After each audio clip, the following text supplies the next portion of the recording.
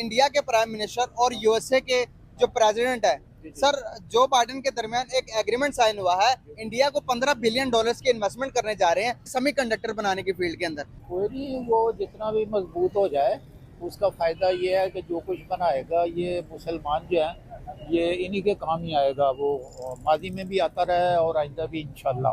हाँ, इंडिया जो भी बनाएगा वो हमारे काम आएगा, वो हमारे काम आएगा इंशाल्लाह। सर ये 71 की जंग भी हमारे के जीते हैं। एक्चुअली फतेह हमारी ही है।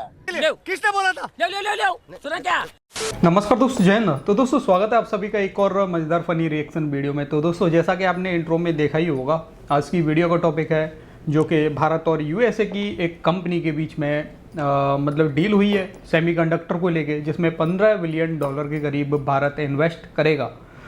अब इसी की तरफ चलते हैं वीडियो की तरफ, लेकिन उससे पहले अगर आपको ये वीडियो पसंद आए तो लाइक करना, चैनल को अभी तक आपने सब्सक्राइब नहीं किया तो प्लीज़ चैनल को सब्सक्राइब जरूर कर लेना। बात करने का पर्पस आपसे ये है, आज इंडिया के प्राइम मिनिस्टर और यूएसए के जो प्रेसिडेंट है सर जो बाइडेन के दरमियान एक एग्रीमेंट साइन हुआ है। इंडिया को $15 बिलियन की इन्वेस्टमेंट करने जा रहे हैं। न उनकी कोई यूएसए को प्राइवेट अदारा नहीं, उनकी गवर्नमेंट, यूएसए की गवर्नमेंट इंडिया के अंदर इन्वेस्टमेंट करने जा रही है सेमीकंडक्टर बनाने की फील्ड के अंदर। सर सेमीकंडक्टर के बारे में आपको इन्फॉर्मेशन होगी, जितने भी आप मोबाइल फोन, जितने भी चिपसेट, जितने भी मिसाइल एटम, हर चीज के अंदर सर वो इस्तेमाल होती है वो चिपसेट। उसके बगैर तो कोई भी चीज बन ही नहीं सकती टेक्नोलॉजी पर। तो इंडिया इतना मजबूत होता जा रहा है जिस तरह से आप दे रहे हैं, इसका क्या फायदा हो सकता है? कोई वो जितना भी मजबूत हो जाए उसका फ़ायदा ये है कि जो कुछ बनाएगा ये मुसलमान जो है ये इन्हीं के काम ही आएगा। वो माजी में भी आता रहा है और आइंदा भी इंशाल्लाह। हाँ, इंडिया जो भी बनाएगा वो हमारे काम आएगा, वो हमारे काम आएगा इंशाल्लाह। सर ये कैसे होगा, ये कोई तो थोड़ा बताएं जरा इसको। ये देखें माजी में वो चीज़ें उसने कई बनाई थी हैं जी। कौन सी चीजें बनाई थी जो हमारे काम आ गई? असला बनाया जी और कई चीज़ें बनाई। तो ये वो मुसलमान ही जो है वो इन्हीं के लिए बनाता है ये। वो फिर ये उठा के ये ले आते हैं, फिर इन्हीं के काम वो आती है चीज़ें सारी। कोई एक चीज बताएं, कौन सी चीजें हमने लेके आए हैं, मुसलमान लेके आए हैं इंडिया की, हिंदुओं की देखे या उनकी ईसाइयों की? 65 की जंग हुई थी तो उसमें ये जो कुछ भी था ये मतलब ये रिपोर्टर शायद समझ नहीं पा रहा अंकल ये क्या बोलना चाह रहे हैं। मतलब यही इतनी ही सोच है इन पाकिस्तानियों की, भाई भारत कुछ भी बना ले, गजबा हिंद करेंगे और वो सब हम मतलब हड़प कर लेंगे, जो कुछ भी बनाएगा भारत, ये इनकी सोच है भाई। हमारे ये सारे खेमकरण और कहाँ तक ये पहुँच गए थे और जो तैयारे थे जी सर के जब हम जीते, वो हम ही जीते थे सर हम हारे हैं। वो तो अलग चीज़ है कि वो सफारती सतह पे वो फिर रशिया में इन्होंने वो फिर अपना विड्रॉ कर लिए जहाँ ये गए थे, मगर जीते तो हम ही थे। सर हम हारे हैं जंग, हमारी फौज कह रही है, हमारे जनरल कहते हैं हमारे। नहीं वो उसमें हर जंग में मारते तो हैं दोनों साइडों से, मगर वो नतीजा देखना पड़ता है इसमें कौन कामयाब हुआ है कौन सर 4 जंगें लड़ी, चारों हम हारे हैं। 48 में भी हम कामयाब हैं। वो आज भी यूएनओ पे वो पड़ी हुई है अपना, हमारी जो करारदाद है ना उसी पे वो इंडिया को मुसीबतें पड़ी हुई हैं। 48 में भी तुमने जिहादी भेजे थे कश्मीर के अंदर, जो कि बाद में खदेड़े गए थे। और 1965, अरे सबसे बड़ी बात दोस्तों इनकी एज देखो कितना बड़ा है। इसने 1900 जहाँ तक है आई थिंक 65 की जंग भाई देखी होगी एज के हिसाब से अगर मैं लगाऊं तो। लेकिन मतलब अपने ही बच्चों को ये चूरन पढ़ाते हैं, चूरन चटाते हैं ये कि हम सारी जंगें जीते हैं, हम सारी जंगें जीते हैं। और जो नई जनरेशन आ रही है जिहादी मतलब जाहिल टाइप के लोग निकल के आ रहे हैं, वो इन्हीं की वजह से हैं। यही लोग उनको सिखाते हैं कि हमने सारी जंगें जीती हैं, और जबकि हर बार ये पतलून अपनी छोड़ के भागे हैं। फिर 48 में हम तो कायदे आज़म ने कहा था फौज को वहाँ दाखिल कर दें इंडिया में, मगर वो ये जो पहाड़ों के लोग थे ना, ये कायदे आज़म के मजाज शनास थे। फौज तो दाखिल नहीं हुई थी, ये वहाँ दाखिल हो गए थे और इन्होंने ये आज़ाद कश्मीर इन्हीं लोगों ने फतह किया हुआ है। आज़ाद कश्मीर इन्हीं लोगों ने फतह किया हुआ है। तो 48 में भी हम कामयाब थे, उसके बाद 65 में भी हम कामयाब थे, और 71 में ये फिर वो कारगिल के जो मसले हो गए हैं जी, तो उसमें ये था वो कोई इतनी बर्फबारी हो रही थी, उसमें इंटरफेरेंस करना को अच्छा नहीं था 71 में है जी। तो इंशाल्लाह जब कभी जंग 71 की जंग भी हमारे के जीते हैं। नहीं, उसमें वो प्लानिंग ठीक नहीं थी शेख मुजीबुर रहमान की। नहीं, वो जो 71 में की थी ना, उसमें देखें वो अब जो उन्होंने बांग्लादेश वालों ने ये जो रिस्पांस दिया है, एक्चुअली फतेह हमारी ही है। यानी 50 साल होने के बावजूद वो सारी जंगें हम जीते हैं। पाकिस्तान की जो करारदाद थी ना, ये बंगालियों ने पेश की थी, हमने तो नहीं पेश की थी, हमने सपोर्ट की थी। ये बंगालियों ने एक फजले हक मौलवी ने पेश की थी यहाँ यादगार पाकिस्तान में। तो पाकिस्तान बंगालियों ने बनाया हुआ है।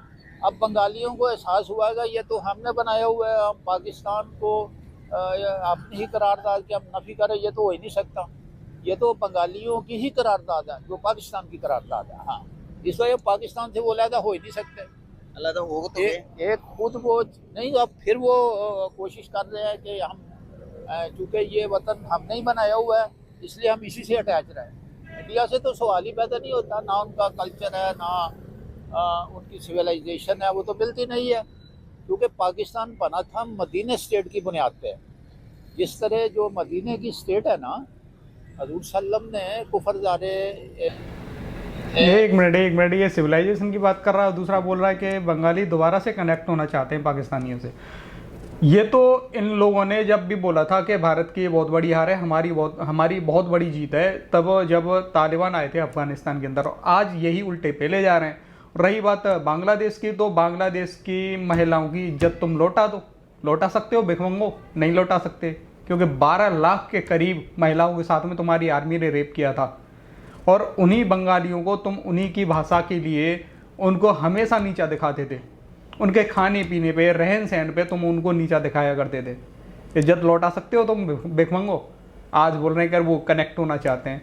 अरे ठीक है, कुछ दिन के लिए वो शायद भटक गए, नहीं, लेकिन वो आ जाएंगे किसी दिन रास्ते पे और तुमको तुम्हारी औकात दिखाएंगे। अरब में मुसलमान स्टेट की बुनियाद रखी थी। इसी तरह कायदे आज़म और अल्लामा इकबाल ने ये कुफरदार हिंद में पाकिस्तान की बुनियाद रखी है, उसी मदीने की स्टेट की बुनियाद पे। सर जहाँ तक मैंने सुना, मैंने हिस्ट्री पढ़ी है, वो तो सारी जंगें हम ही आ रहे हैं इंडिया से। नहीं, हम बिल्कुल जीते। 48 में भी हमारी फतह थी। इंडिया खुद गया था वहाँ, वो ये जो करार अपना जो सलामती कौंसिल ने वो करारदाद जो पास, हाँ, खुद गया था और इंडिया ने पेश की थी कि ये जनाब मसला जो इधर यूएन में भी होना चाहिए। सर वो तो कुछ हिस्ट्री तो कुछ और बताती है सर। सब आप मेरे ख्याल से 1988 की बात कर रहे हैं। 1948 की बात है। अच्छा, तो उसने वहाँ इस्लामी काउंसिल में ये खुद कहा था कि जंग बंद होनी चाहिए, वरना ये जितने हमारे पहाड़ी लोग थे ये पूरा कश्मीर ले गए हुए थे। अच्छा, हाँ, उस वक्त भी वो तो कश्मीर वो पहाड़ी लोग नहीं थे, वो जिहादी थे। जिहादी कब एक्सेप्ट करोगे तुम लोग? तुम्हारे वो पाकिस्तानी थे, वो पीओके के भी लोग नहीं थे, वो पाकिस्तानी थे, जिहादी थे। तो सारा इन्होंने ले लेना था। वो तो इंडिया ने खुद जाके वो उधर सीज फायर कराई। सर हमने यहाँ से मुजाहिदीन को भेजा, मुजाहिदीन ने जाकर जो भी आज़ाद कश्मीर जो भी लिया, मुजाहिदीन ने लिया ना। हाँ, वो आज़ाद कश्मीर जो है वो तो चूँकि मेजॉरिटी भी थी मुसलमानों की, और कायदे आज़म भी कह रहा था कश्मीर में फ़ौज दाखिल कर दो। फ़ौज तो दाखिल नहीं हुई थी, मगर ये मुजाहिदीन दाखिल हो गए थे। वो जो पहाड़ी इलाके के लोग थे, तो इन्होंने ये कश्मीर इन लोगों ने फतह किया हुआ है, आज़ाद कश्मीर जो आज़ाद कश्मीर है। तो फिर जम्मू कश्मीर क्यों नहीं पता कर पाए? जम्मू कश्मीर ये तो पढ़ते जा रहे थे। उस वक्त लियाकत अली खान ने कहा था कि रुक जाओ, वो उधर सीज फायर हो गई थी इस्लामी काउंसिल में, इस वजह से वो रुक गए, वरना वो तो उन्होंने पूरा कश्मीर पता कर लेना था। अच्छा, हाँ, तो सर ये सेमीकंडक्टर में अभी पुरानी बातें नहीं, अभी मौजूदा टाइम की बात करते हैं। हाँ, इंडिया 5वीं बड़ी मईशत बन गया दुनिया में, 5वीं बड़ी मईशत। सर उनकी अगर फॉरेन रिजर्व की बात करेंगे, $600 बिलियन के रिजर्व उनके पास, तरह तरह की टेक्नोलॉजी, आईटी में पाकिस्तान की पूरी जीडीपी ज्यादा वो आईटी एक्सपोर्ट कर रहे हैं। हमारी मईशत भी बेहतर हो रही है। हमारी मईशत पहले से काफी बेहतर हो रही है। कहाँ पे बेहतर हो रही है? कौन से सेक्टर में, कौन से फील्ड में बेहतर हो रही है? देखे ना, ये जो अपना स्टॉक एक्सचेंज में देखें, मईशत की अच्छी खबरें आ रही हैं, और अपना जो पाकिस्तान की जो फाइनेंस है उसमें डेली जो ग्रोथ रेट है वो भी बढ़ रहे हैं। नहीं, वो इंशाल्लाह बेहतर हो जाएगी, ये तो कोई मसला नहीं है। वो इंशाल्लाह वक्त के साथ साथ पाकिस्तान की जो मईशत है इंडिया से भी बेहतर हो गया। क्या इंडिया के साथ तल्लुकात बेहतर कर लें आप? इंडिया से तल्लुकात, इंडिया से हमारा कोई इख्तलाफ नहीं है। अगर कश्मीर का मसला हल हो जाए क्योंकि अमन का रास्ता जो है वो कश्मीर से जाता है। सर कश्मीर का रास्ता तो कैसे मसला हल होगा? 370 का आर्टिकल उन्होंने लगा दिया, अब इंडिया का हो गया ना कश्मीर। वो अब इलेक्शन भी चल रहे हैं, वहाँ पे इलेक्शन भी हो रहे हैं। 370 लगाने से वो उनका तो नहीं हो सकता। वो तो देखे उनकी जो उन्होंने जो कुछ किया है या उनकी जो फोटो ने किया है ये गलत किया है। एक वो खुद ही मसला लेके गए हैं उधर अपना इस्लामी काउंसिल में और खुद ही उसकी खसूसियत ख़त्म कर रहे हैं। हाँ जी, ये तो खुद ही वो मतलब है यूएनओ की जो करारदादे हैं उसकी वायलेशन कर रहे हैं। उनको तो बेटा करना चाहिए ऐसा। सर सबसे पहले तो वो जो उसके रेजुलेशन थे पहले तो हमने ही नहीं माने ना कि पाकिस्तान अपनी फौजों को खत्म कर दे और कश्मीर के अंदर से बाहर निकाल दे। इंडिया को कहा था कम कर दो। इस वक्त इंडिया की कुछ 10 लाख के लगभग कहते हैं फौज है उधर और पुलिस भी उसकी लाखों के हिसाब से है। कश्मीर पहले नंबर पुलिस कश्मीरियों की है, सारे के सारे कश्मीरी लोग हैं पुलिस के अंदर, ठीक है। कोई अपने मतलब और किसी राज्य से नहीं है, सिर्फ कश्मीरी लोग हैं। और रही बात ये 10 लाख का फिगर, ये भिखमंगे पता नहीं यार कहाँ से लेके आते हैं। 10 लाख फौज है, कोई बोलता है 14 लाख फौज है। यार ये भिखमंगे मतलब गिनने आए थे क्या कश्मीर के अंदर कितनी फौज है? और इन भिखमंगों को कश्मीर से कोई मतलब नहीं है, इनको चाहिए बस नदियाँ। कश्मीरी लोगों से कोई मतलब नहीं है, मुसलमानों से कोई मतलब नहीं है कि वो मुसलमानों को ये खुद मार रहे हैं बलूचिस्तान के अंदर, केपीके के अंदर, इस समय पीओजेके के अंदर लोगों को मार रहे हैं। और ये भिखमंगे बात करते हैं मुसलमानों की, पूरी दुनिया के मुसलमानों के लिए आंसू बहाते हैं, मगरमच्छ वाले आंसू। का मसला या कश्मीर का इलेक्शन तब होगा जब ये इंडिया अपनी 10 लाख फौज निकाल ले और उसकी जितनी पुलिस है वहाँ से निकाल ले और फिर यूएनओ की करारदाद के मुताबिक जो गैर जानिबदार मुबस्सरीन है वहाँ मुतय्यन करे और उनकी निगरानी में इलेक्शन हो। फिर उन यूएन की करारदाद ये है कि भैया पीओजेके जो पाकिस्तान ने इलीगली ऑक्यूपाइड कर रखी है जो ज़मीन, वहाँ से पाकिस्तानी आर्मी पीछे हटेगी, उसको इंडियन आर्मी टेक ओवर करेगी, तब जाके करारदाद जो यूएन ने पास करी है उसको लेके बात करी जाएगी। ये भिखमंगे खुद ही तोड़ा था इन्होंने। और बात करते हैं कश्मीर का मसला हल हो जाए तो सब कुछ ठीक हो जाएगा। अरे मसला तो हल हो रखा है ना ऑलरेडी। तुम ऐसा करो, पीओजेके जो है तुमने इलीगली कब्जा किया है, छोड़ दो, भारत को सौंपो। इलेक्शन को दुनिया मानेगी? जो इंडिया खुद करा रहा है इन इलेक्शन को तो कोई भी नहीं मानेगा। अगर कश्मीरी उन इलेक्शनों में जाके पार्ट लेते हैं, वोट देते हैं, अगर 60% से ज्यादा वोट दे देते हैं तो ये नहीं मान लिया जाएगा कि ये कश्मीरी जो है वो इंडिया को तस्लीम कर लिया। तो रिजेक्ट करते हैं वो ऐसे इलेक्शन का, वैसे ही बाइकआउट करते हैं। हाँ जी, मासूआ उन लोगों के जो इंडिया के पिट्ठू हैं, मासूआ उन लोगों के जो इंडिया के पिट्ठू हैं। तो पहले भी जब कभी वो मोदी आया है वो उन्होंने बाइकआउट किया है कश्मीर में। जब भी कभी इलेक्शन हुए उन्होंने बाइकआउट किया। जब तक कश्मीरियों को उनका हक नहीं दिया जाता वो इसी तरह अपना वो बाइकआउट करते रहेंगे। तो अमन का रास्ता जो है ना कश्मीर में वो जो गुजरता है इंडिया से, वो कश्मीर से होकर गुजरता है। अगर वो हमसे तलकात चाहते हैं तो कश्मीर का मसला हल कर। सर नरेंद्र मोदी के पिछले टाइम एक बयान बहुत वायरल हो रहा था पाकिस्तान के अंदर। वो कहते पाकिस्तान की टेंशन लेना छोड़ दो, पाकिस्तान के जिस तरह के हालात आ गए पाकिस्तान खुद अपनी मौत मारेगा।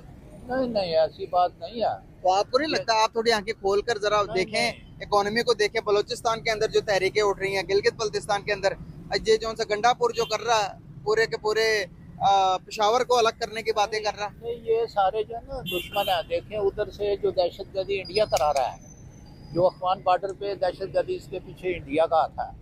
जो 80,000 बंदा पहले मरा है उस पे भी इंडिया का हाथ था। आपको ये कंफर्म है इंडिया का हाथ है? जो बलूचिस्तान में कुलभूषण देव, सबूत है कि कुलभूषण देव कहाँ से आया था?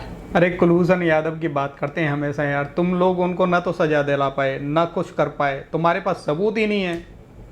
तुम्हारे पास सबूत ही नहीं है कि तुमने उनको बलूचिस्तान से पकड़ा है। तुम उनको ईरान से लेके आए थे। भिखमंगो आज तक तुम साबित ही नहीं कर पाए। और रही बात दहशतगर्दी की, ये लोग करते कि भारत करवा रहा है। टीटीपी के लोग कौन है भाई? अपनी आर्मी से पूछो ना। तुम्हारी आर्मी ने तुम लोगों ने ही टीटीपी के लोगों को बनाया था। बीएलए के लोग आज अपने हक के लिए खड़े हैं, उसके पीछे इंडिया का क्या मतलब है? वो भी तो अपने हक के लिए लड़ रहे हैं ना। बलूचिस्तान के अंदर तुम्हारी जो आर्मी दहशतगर्दी कर रही है,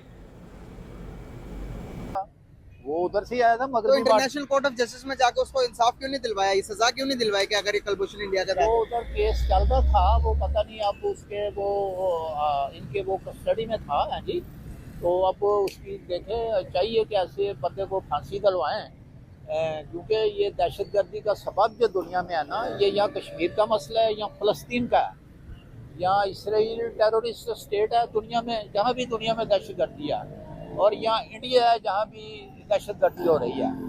ये दोनों अगर यूएन में डिक्लेयर टेररिस्ट सबसे ज़्यादा पाकिस्तान से हैं, सबसे ज़्यादा पाकिस्तान से। कहीं भी धमाका हो जाए उसके पीछे कनेक्शन पाकिस्तान का निकलता है।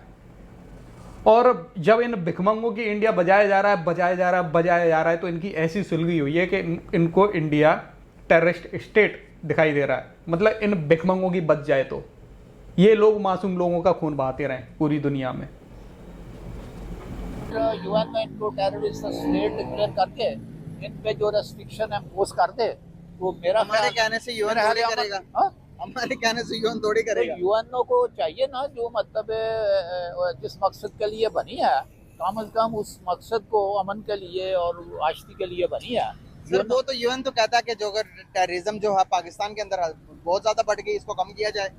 इंडिया ने तो साबित भी कर दिया पाकिस्तान जो कश्मीर के अंदर टेररिस्ट भेज रहा है। टेररिज्म है ना, वो टेररिज्म तो जो बैरूनी मतलब मगरबी बॉर्डर से हो रही है, अंदर के जो हालात है ना, अगर ये मतलब खुद भी उनको भी डील कर रहे हैं।